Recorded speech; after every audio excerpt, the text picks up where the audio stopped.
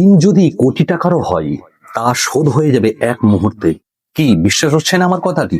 তাহলে আগামীকাল জুমার দিন জুমার নামাজের পরে পরে ৪১ বার এই দোয়াটিকে পাঠ করুন। আপনার জীবনের সমস্ত ঋণকে আল্লাহ পাক পরিশোধ করিয়ে দেবেন ইনশাআল্লাহ। তাই ভিডিওটিকে না স্কিপ করে প্রথম থেকে শেষ পর্যন্ত দেখতে থাকুন এবং আমাদের চ্যানেলের মধ্যে নতুন হলে অবশ্যই আমাদের চ্যানেলটিকে সাবস্ক্রাইব করে পাশে থাকা বেল আইকন অল করে দেবেন এমনই সুন্দর সুন্দর ভিডিও পাওয়ার জন্য। আর অবশ্যই ভিডিওটি ভালো লাগলে একটি লাইক করে দেবেন। তো চলুন আজকের ভিডিওটি শুরু করা যাক। প্রিয় দর্শক, আপনার মাথার চুল যত, ঋণ তত। আপনি ঋণে জর্জরিত হয়ে রয়েছেন, কোনোভাবেই ঋণকে পরিশোধ করতে পারছেন না।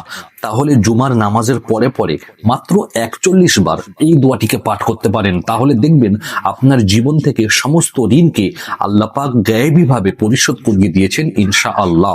অবশ্যই এই দোয়াটিকে যারা করতে চান আমাদের ভিডিওর কমেন্ট বক্সে আমিন লিখবেন। যাদের আমিনের উপরে লাভ রিয়াক্ট থাকবে মনে করবেন তাদেরকেই এই দোয়াটি করার পারমিশন দেওয়া হলো। অযথা আপনারা এই দোয়াটিকে করবেন না। ঋণেতে যখনই আপনি জর্জরিত হয়ে যাবেন, যখন দেখবেন যে আপনার জীবনে অনেক বেশি ঋণ হয়ে গেছে, তখনই এই দোয়াটিকে পাঠ করতে বলবেন না। এত কার্যকরী, এত পাওয়ারফুল একটি দোয়া যা এর আগে আপনাকে কেউ বলেনি। অবশ্যই এই দোয়াটি অনেক বেশি পাওয়ারফুল এবং কার্যকারী, তবে ইয়াকিন ও বিশ্বাস রেখে কিন্তু করতে হবে, তবেই প্রত্যেকটি আমল পাওয়ারফুল ও কার্যকারী হয়ে উঠবে। অনেক মানুষ আমাদেরকে নিয়মিত কমেন্ট করে বলেন, হুজুর আমি এই দোয়াটি করেছি, আমি ওই দোয়াটি করেছি, কিন্তু কোনো দোয়া করি আমি কাজ পাচ্ছি না, ভালো ফলাফল লাভ করতে পারছি না। আমি সেই সমস্ত ভাইদের এবং বোনেদের উদ্দেশ্যে বলবো, যে সমস্ত ভাইরা ও বোনেরা নিয়মিত আমল করেন, আপনাদেরকে কয়েকটি জিনিস মাথায় রাখতে হবে।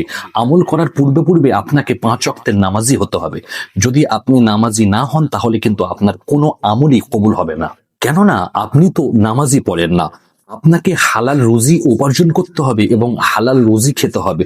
তাহলে আপনার প্রত্যেকটি আমল কার্যকরী হবে এবং পাওয়ারফুল হয়ে দাঁড়াবে আপনার সামনে। প্রত্যেকটি আমলই কবুল হয়ে যাবে রব্বুল আলামিনের দরবারে। আর রব্বুল আলামিনের প্রতি দীর্ঘ বিশ্বাস ও ইয়াকিন রেখে কিন্তু প্রত্যেকটি আমল করতে হয়। প্রিয় মা ও বোনেরা, ভাই, আপনারা যখনই আমলটি করবেন বিনা ওযুতে আমল করবেন না। আমল করার পূর্বে অবশ্যই ইস্তেগফার পাঠ করবেন, দরুদ শরীফ পাঠ করবেন। আমল করার পরেও দরুদ শরীফ পাঠ করবেন।